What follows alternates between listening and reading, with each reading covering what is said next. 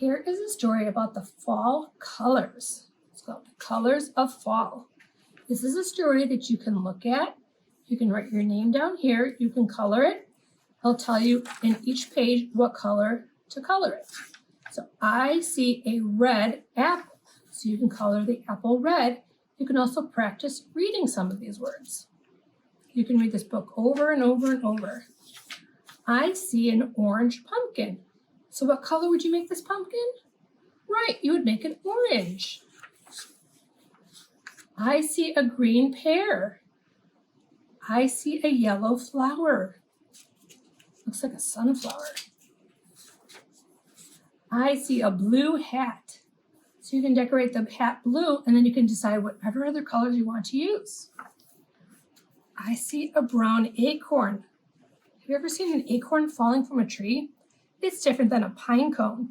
It comes from a different type of tree. Can you Google and see what kind of tree an acorn comes from? I see a black crow. Those are the birds usually sitting on a scarecrow. Have fun with this book and enjoy reading it over and over and over. The Colors of Fall. Bye, friends.